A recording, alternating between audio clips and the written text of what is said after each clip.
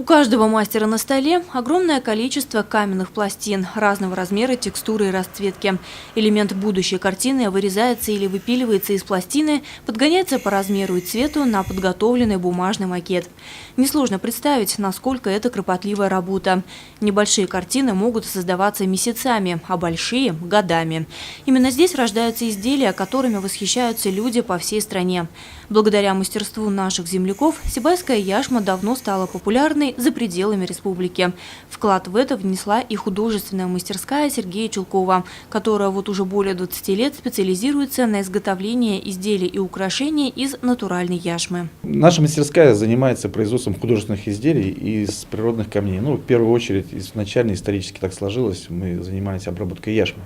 Но со временем, помимо яшмы, мы стали обрабатывать другие минералы, которые есть в нашей стране, и не только в нашей стране.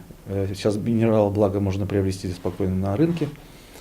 Но основной упор все-таки мы делаем на нашей минерале, который здесь находится в городе Сибай. Это яшма. Так она и называется, сибайская яшма. То есть это вот такое вот название по месту происхождения, где проявление находится ближайший населенный пункт, город Сибай. Хотя географически она хоть и находится в Баймакском районе, но она известна в мире вся, я повторюсь, в мире именно, не только в России, именно как сибайская яшма. Шахматы, цена которых превышает 900 тысяч рублей, множество шкатулок, сувениров различных расцветок и размеров. Изделия наших мастеров можно увидеть и в обычном офисе, и в Эрмитаже или Центробанке России. Сегодня, учитывая большой спрос на панно в стиле флорентийской мозаики, мастерская изготавливает именно такие изделия.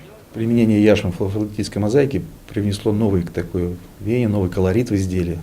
Очень интересные были изделия, делались. Даже вот мы делали копии картин из янтарной комнаты, там 4 картины.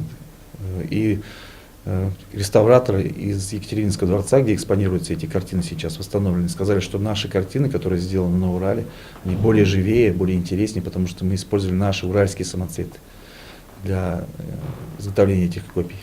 Недавно директор художественной мастерской «Каро» Сергей Чулков был признан лучшим предпринимателем года в сфере производства среди микропредприятий в республиканском конкурсе «Предприниматель года-2017».